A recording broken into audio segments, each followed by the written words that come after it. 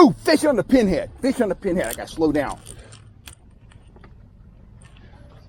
Going along there at like 2.6 miles an hour. I hope he's still there. Oh yeah. Oh yeah, baby. All right. I love power trolling. Oh my gosh. Let's see here. Let me get the trolling motor going here, because I am all getting pushed by the wind. That fish was back 200 feet at about 2.6, 2.7 miles an hour. He's coming right along now. He doesn't feel huge, but what a tremendous strike. Of course, I was going that fast. Rapals and the bigger stuff hadn't been working today, so I put on a pinhead and I was power trolling with that, which is a very compact spoon, and wham, right back in this cove here, he just slammed it. Luckily, I'm only running one rod, so I can maneuver back in these smaller areas. He's getting real close, about 8-10 feet away, I think. Let me make a quick adjustment here on the trolling motor. My trolling motor's my means of steering right now. Oh, there he is. I see him. It's hard to land him by yourself. Here he comes. What a nice fish. Nice rainbow. Get the camera down on him here. Here he comes. Here we go. Looks like he's hooked pretty good. I got to make another adjustment on the motor, and I will scoop him up. Oh, what a beautiful rainbow. Oh my God. Oh, no. Come here. Come here. Come here. Oh, Barrett. Oh my gosh. That fish has been on the line for a while. Getting pushed by this wind here. Just chaos on the boat. Man. I want to get him released, but I want to show him to you. What a beautiful fish. On a pinhead spoon. Copper pinhead.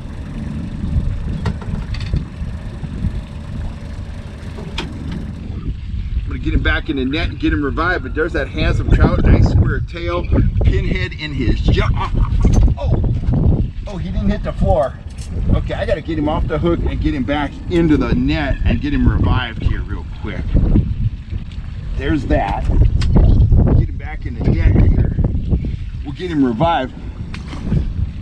It's really important when you fight a fish for a while that you take a couple extra seconds to get him in the net, get him in the current, and get him revived. I'm gonna just, you can look down there. I'm gonna get him pinned. I'm gonna get him pinned right against that ladder on the back of my boat with the current going in his mouth, and he'll tell me when it's time to go. He will get active. He's starting to get upright right now, and when he regains his strength, we'll get him on his way. The water's nice and cool, so it's not a big problem reviving these fish. You just got to take the time to do it. So he's a beautiful rainbow. A couple pounds, I would say. Just a really nice fish. Hope he's getting ready. There he goes. He's on his way. Awesome. Well, there you have it, guys. Another awesome rainbow on a pinhead spoon. Power trolling with a very tiny bait. Sometimes it's really super effective. These fish are a little finicky. They're not really reacting to slow moving baits. They're not really reacting to large baits. But I got that small spoon up at a high level of speed. Fish on, fish released. And we'll get that gear back in the water and see if we can get another one. I was just top lining that. So, you know, it was 175, 200 feet behind the boat. And I'm going to say that was 1 to 2 feet deep max. No weight on the line, just a trolling leader, 8-pound test fluorocarbon, tipped with the pinhead spoon in copper.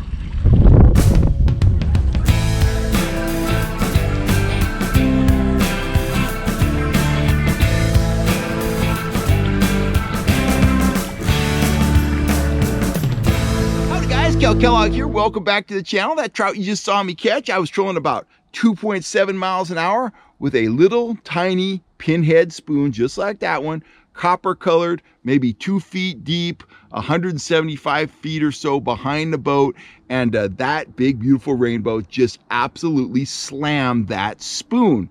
Now, for a lot of you guys out there that are you know, speed trolling aficionados, you might be looking at that spoon and saying, you were trolling that tiny spoon that fast?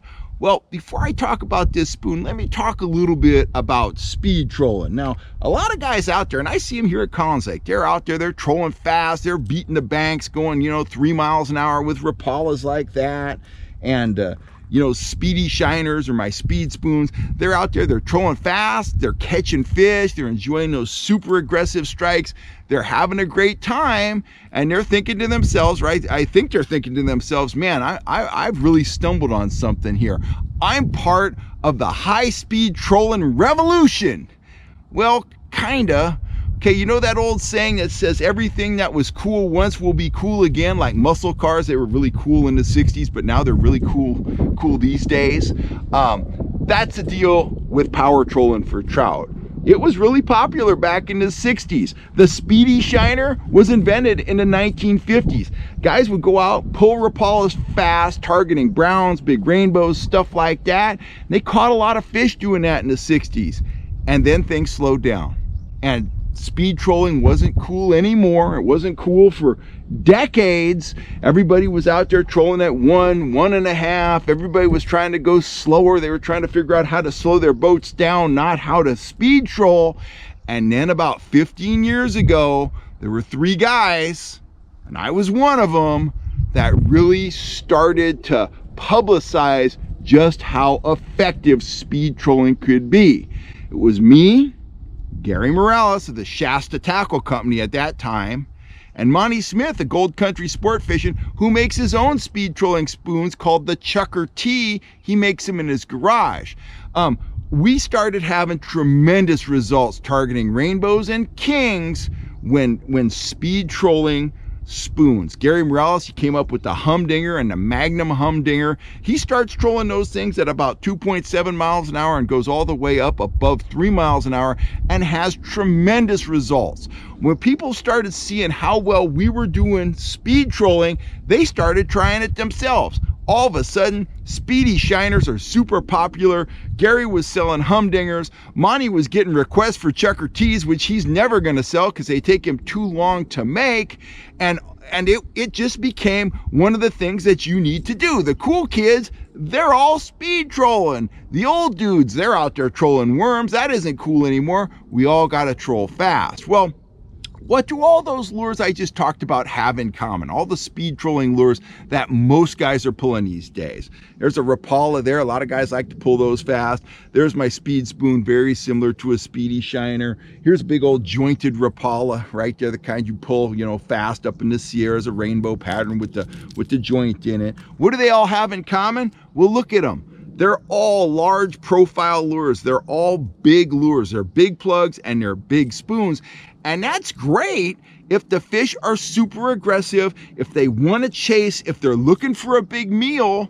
Those types of lures work. But what happens when the fish are a little shy? What happens if they're a little off the bite? What happens if you want to downsize your package, but you still want to maintain a high-speed troll?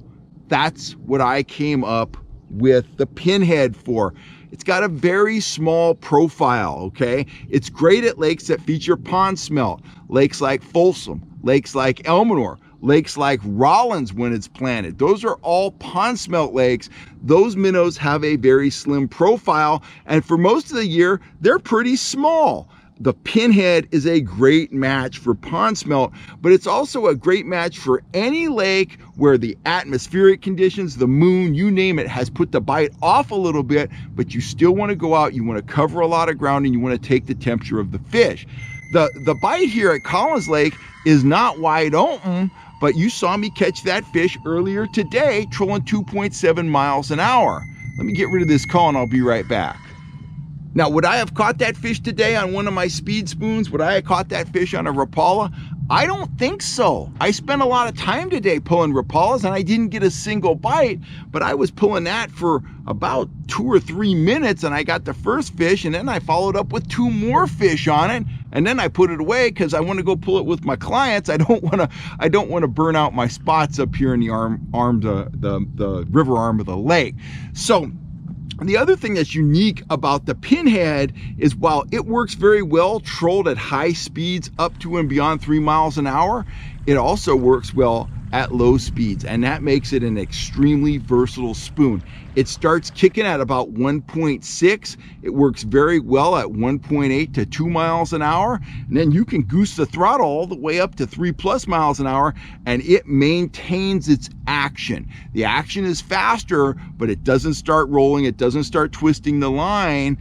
It has a very crisp kick, and it's heavy enough, you can see there, it's fairly thick, that you can also cast it from the bank. You can cast and retrieve it at reservoirs, high mountain lakes, even in streams. If you're a speed trolling aficionado, you're not covering all the bases unless you have a kit of my pinheads. You can troll them fast, you can troll them slow. They are one of the most versatile lures, one of the most versatile spoons in my tackle box. And if you don't have a set, you're not catching as many trout as you could be. So get a set, get up to speed, get them in the water, get them wet at 2.8, 3 miles an hour, 2 miles an hour. Give them a try. Give them a chance to catch fish, and you're going to be very pleased with the results. I'm Kel Kellogg. That's enough sales pitch for my pinhead spoons. I am out of here for now. I want to thank you guys for all the support. If you're looking for any kind of trout gear, including pinheads, go on over to fishhuntshoot.com. I love fast trolling, and man, when it's working, there's nothing like it. I'll catch you later, guys.